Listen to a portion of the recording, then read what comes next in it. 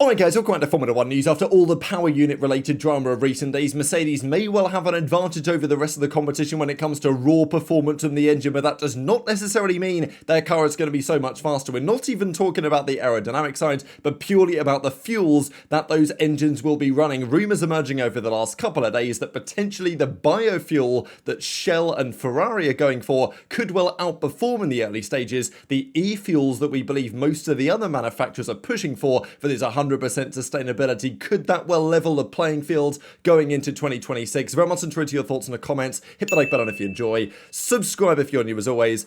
This is Oscar Piastri at the Cricket Test. Let's talk about what's happening in Formula 1. The Spanish Grand Prix next year will be in Madrid. We have seen recent images of the preparation they have been running. Look, it was confirmed it's going to be in Madrid, but there were some questions as to whether it would remain there because they weren't sure they were going to hit the deadlines. At least some people weren't sure. But F1 says no, we will be in Madrid. The FIA technicians have visited the circuit. They think it's moving along the pace to be ready just in time for next year. Now, there was a rumour that if it couldn't be in Madrid, they might just do it in Imola. Of course, it might make sense to do it in, obviously, Barcelona were kind of hoping maybe that they can stay on the calendar full time. But there was a rumour that Barcelona might be back on the calendar in coming years on a rotational basis. But there are other tracks also lining up. We've seen recently that Portimao is officially back on the calendar for a couple of years from 2027, of course, in Portugal. But Istanbul Park could also be back in business as well. I think it's a pretty great track. We had some great Grand Prix around there over many different eras of Formula 1. Of course, some very famous races at that. Of all the kind of purpose-built racetracks that we have seen, traditional tracks, definitely Istanbul Park is one that I would like to see more than most. So big rumour is that could be back on the calendar soon, and there are advanced negotiations. Formula 1 apparently offered Istanbul a 5-year contract just a few months ago if they modernised its facilities, because they have to keep up with the standards, and also they've got to pay a fair amount of money.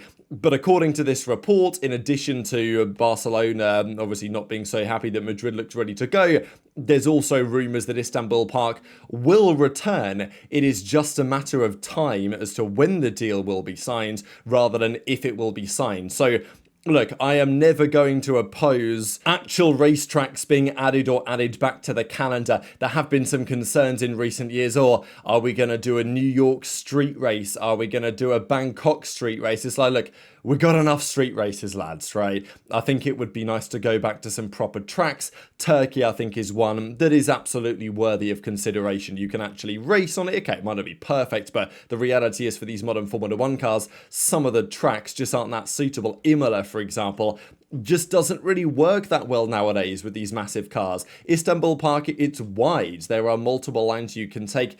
It's better for racing than some that we even, as we know, currently have on the grid. Even Suzuka, it's got to be said, in recent years, has been pretty underwhelming when it comes to the quality of the Grand Prix. Look, I love this track. Does it work for modern Formula 1 as well as it used to? Probably not. Is it just another Monaco a lot of the time, but much prettier and with much, with the fantastic fans? Not to say the Monaco fans aren't great, but you know what I'm saying. Everyone loves the Japanese Grand Prix, but it hasn't really done much in recent years. Hopefully, the new cars can start to change that. Of course, they've also changed when it happens as well. So there are, obviously it used to rain all the time. They're trying to get away from that a little bit. But they are also resurfacing the track. So a couple of images here of what they've currently been up to. But never get tired of looking at Suzuka. It's just kind of unfortunate that it's not really delivered great racing in recent years, at least in Formula 1. But we got some heavy machinery on the track. Of course, heavy machinery in Suzuka always makes you get a little bit concerned. Quickly on Fernando Alonso, I know this is personal stuff, but we're going to do a little bit of the personal stuff behind the scenes in a second because it's definitely relevant to what might be happening at Red Bull and Aston Martin. If you guys haven't heard about this, a few weeks ago now it was confirmed, or at least announced publicly, that Fernando Alonso's girlfriend was pregnant and they're due to welcome a child shortly. I think in the early part of next year. You can see that, well, she's relatively heavily pregnant. So, I appreciate this is a bit paparazzi, but I know that it was doing the rounds yesterday, so I thought it was at least worth mentioning because well, it's a big talking point. Alonso famously at Suzuka when he overtakes Schumacher around the outside of 130R and says in the press conference, there's unfortunately no video of this, but when Alonso apparently made the comment about, well, I knew Schumacher would break because he's got a wife and 2 kids at home, right? That famous comment which has done the rounds. Again, I think it was said. I hope that it was said. I don't know for sure because there's no video of it. It was, I think, a written interview or a written comment. It does sound very Alonso 2005, but yeah, all these years later, 20 or so years later, now maybe Alonso is going to be the one slightly hitting the brakes. That does not seem to have affected Max Verstappen and his performances at the end of the season. But to continue the personal update, we did talk yesterday in some depth about Jean-Pierre Lambiase and his potential future away from Red Bull Racing. We know that he was very emotional following the end of the Abu Dhabi Grand Prix. There was an understanding that there were personal circumstances in, very close to GP that were restricting his willingness to travel to every single Grand Prix alongside Max. He did so because the championship was potentially there for the taking. But yeah, the emotions were definitely catching up to him to such an extent that there is a rumour that GP may not want to be a trackside engineer for Max Verstappen any longer. Not that he doesn't want to be, but he would prefer to be in a different role, step away from trackside operations, spend more time at home, not go to all of the Grand Prix. That's an option at Red Bull, potentially. And as we discussed yesterday, Aston Martin are also very keen to say, well, look, GP, if you're willing to not be Verstappen's engineer at Red Bull, then how about we pay you more money and you come and work for us and then bring Max Verstappen along as well. Now, I think that, look, we had not speculated on what these personal difficulties might be, but what it in fact does seem to be is probably something that we could have expected. It's really tragic and really sad to hear about this, but it was confirmed actually recently on social media by Eloisa Lambiase, who is GP's wife. And, well, she says a few words here, but she actually quotes out this. Yesterday, we celebrated a milestone that means more than words. Our beautiful girl at, obviously, that's her at or whatever, reached a huge step in her breast cancer journey. And witnessing her strength has been nothing short of inspiring. Our extraordinary team and leaders in oncology care in Harley Street, London. So, effectively, she confirms publicly here that, yes, she has had a breast cancer diagnosis. That is what they are going through as a family right now. And look, I hope that all works out for the best and she makes a fantastic recovery. But it's obviously tricky for the family right now and for GP to make what was clearly a very challenging decision while his wife is battling cancer, to step away, go to the Grand Prix with Max, with the team. You can understand why that would have been such a challenging and emotional decision, certainly as the season came to a conclusion. So, look, obviously Max and people behind the scenes knew this was going on. I'm sure that there have been rumours about this type of stuff, but, not wanting to get into it until it was at least confirmed by the individuals themselves.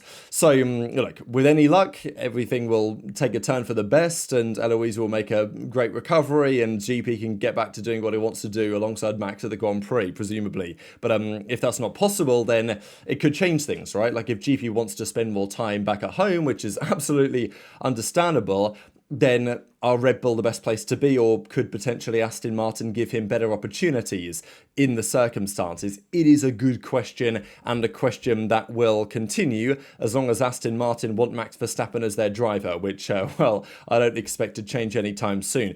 Let's talk about 2026 then, because some big questions on how Red Bull are going to get on, but also what about Ferrari? Because they've not been a major talking point of recent weeks, primarily because Mercedes and Red Bull, we think they've come up with this engine trick, which might gain them 0.3 a lap. We think it could be worth up to 10 horsepower, up to 10, 13 horsepower.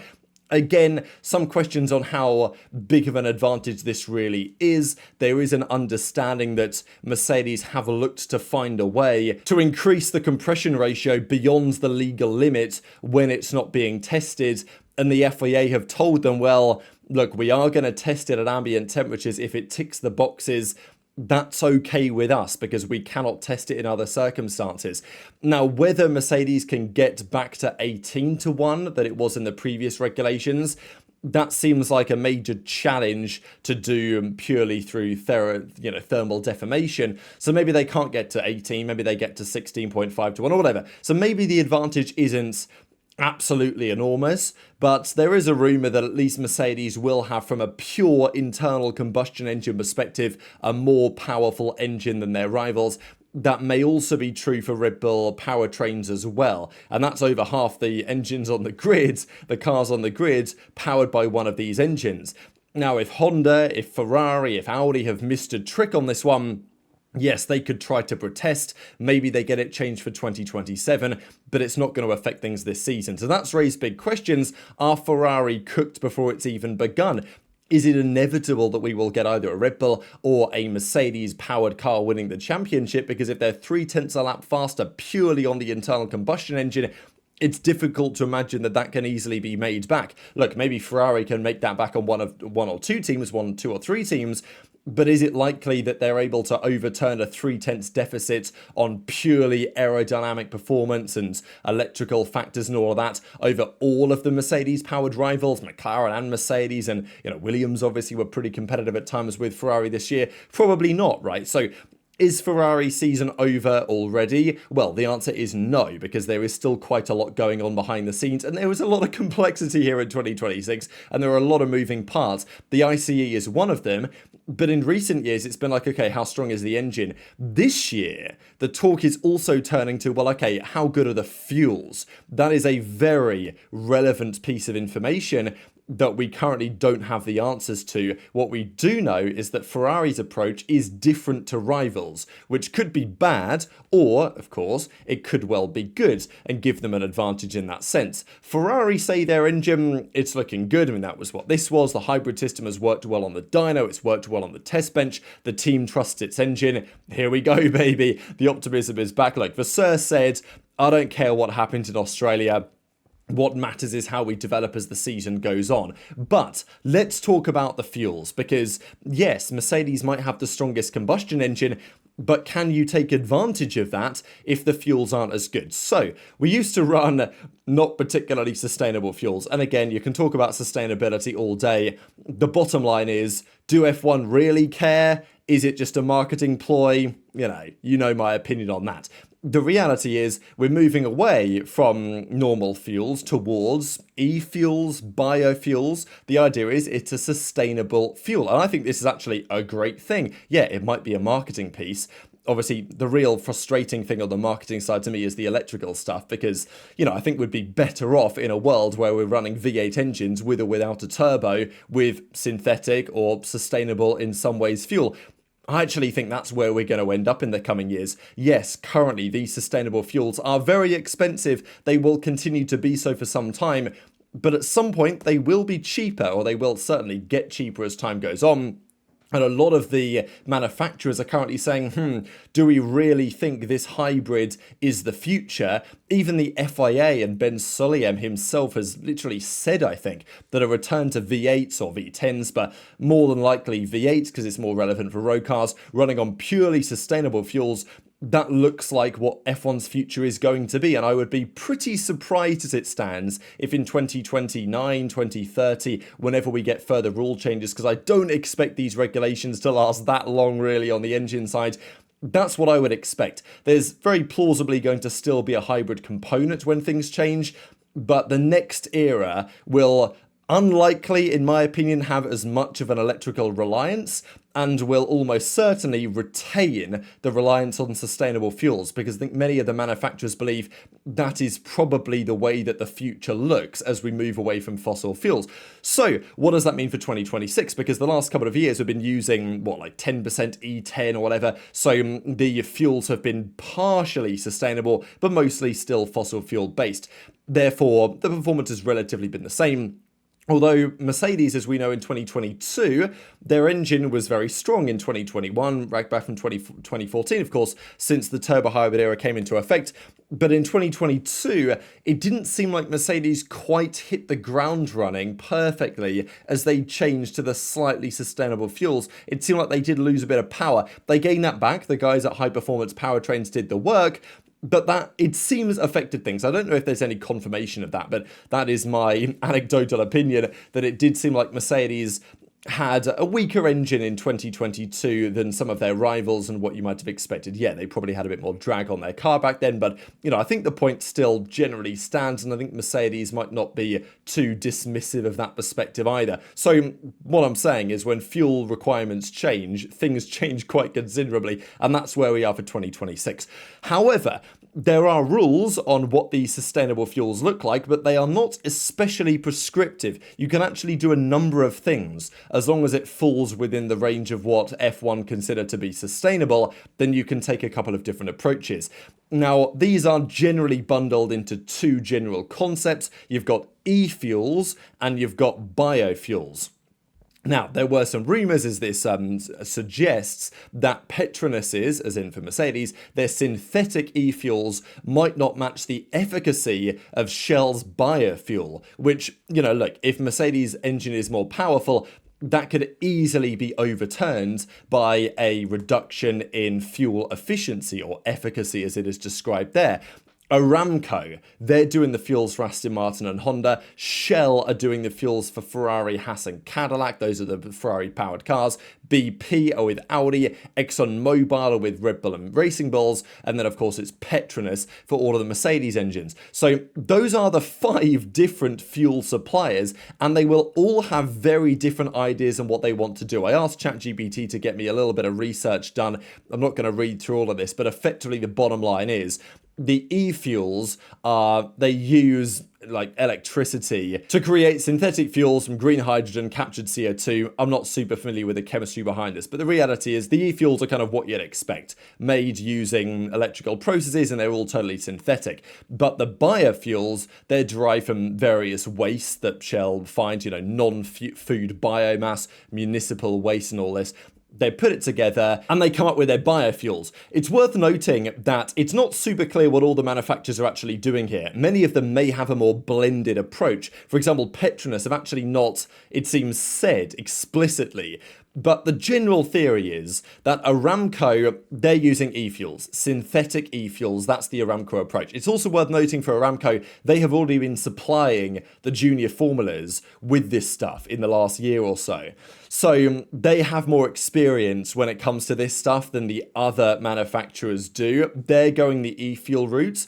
Audi with BP, ExxonMobil, they have also not specifically said. But the feeling is that Shell, they have maybe even surprisingly been quite specific on what they are doing, and they're being very clear that it is a bio waste derived route. So, of course, the question then becomes, all right, what about the performance of this? Because I don't really care when it comes to the performance on track about the sustainability of these fuels. I'm sure that there are important reasons for caring about those things, and for the future of humanity, it may be very relevant how sustainable these fuels end up being.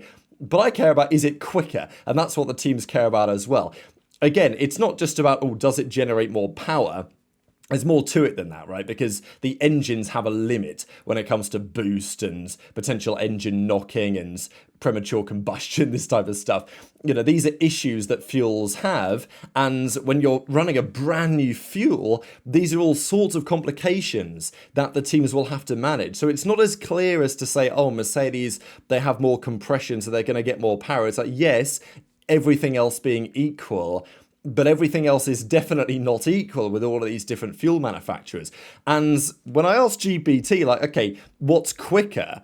The suggestion tends to be that as it stands, with the understanding of chemistry that we currently have, the biofuels are likely to have an edge as it stands. That may change, but the theory seems to be that for now, the biofuels with their high-octane, fast-burning, naturally occurring molecules should result in better performance, and also performance of which we understand better, given that we have more experience with that type of technology. When we're talking about the e-fuels, like purely synthetic, in the long term, medium, even maybe short term, they can be very effective, but more conservative in structure, and potentially more of a challenge. It doesn't seem to be a huge gap, but the conclusion seems to be that right now, if you're Aramco developing the e-fuels, in the coming years, that may be the way to go. But right now, for 2026 and for the immediate future, the biofuels that Shell are going for with Ferrari and their customer teams quite possibly could be an advantage in the immediate term. That may not last for too much longer, but for 2026, I think it's plausible to suggest that the deficit that Ferrari are expected to have in terms of a power unit could well very much be overturned by this part of the puzzle as well. So very much intrigued to your thoughts in the comments below. Of course, the reality is we have no idea what performance will look like until it hits the track. It's all just theoretical for now, but yeah, there's a lot of moving parts this season. Hit the like button if you enjoyed, subscribe if you're new, take care, and I'll see you next time.